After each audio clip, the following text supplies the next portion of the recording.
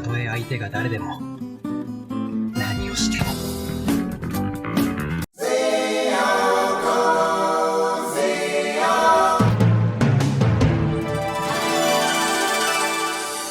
This episode really starts taking characters in a direction I did not see coming, but continues to make Tsuyoshi the top tier character so far for me. Let's get into it. We start the episode off with some more newlywed wholesomeness, with Miho, Tsuyoshi's wife, doing his hair in prep for a big contract he's trying to score for work. While this is going on, we get our intro to the monster of the week, over at Black Kaito's Cafe. We have an artist trying to capture the perfect visage. In her usual selfish self, Haruka believes that it's directed at her, only to see that it was really just a drawing of Kaito. Now, she feels some kind of way and asks to get drawn instead. 描きます。 Nope, not happening. Meanwhile, Sononi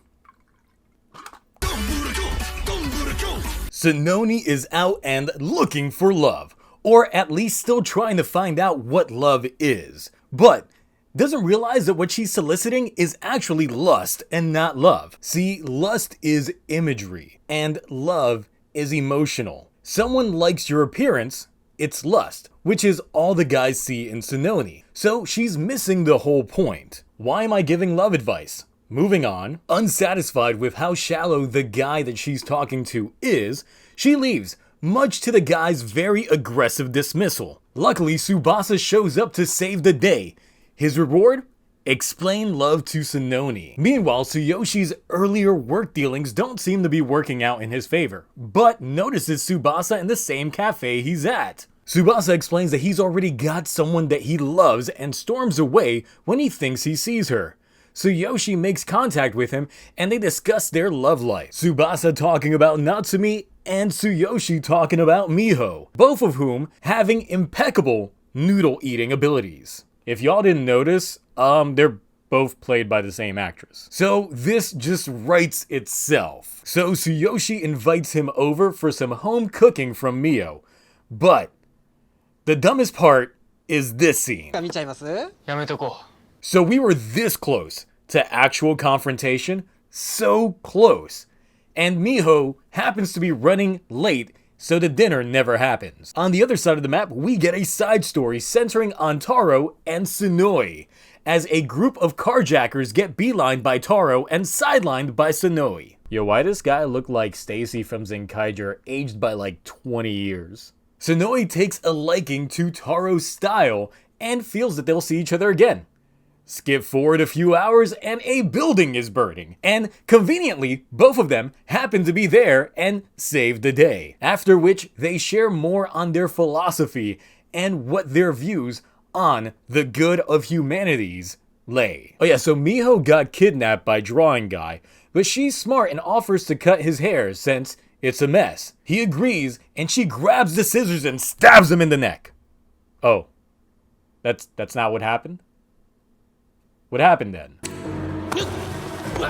Oh, that's almost as cool. She runs away, conveniently avoiding Tsubasa, and runs straight to Tsuyoshi, who is now mad as hell towards the guy and goes Super Saiyan Rose.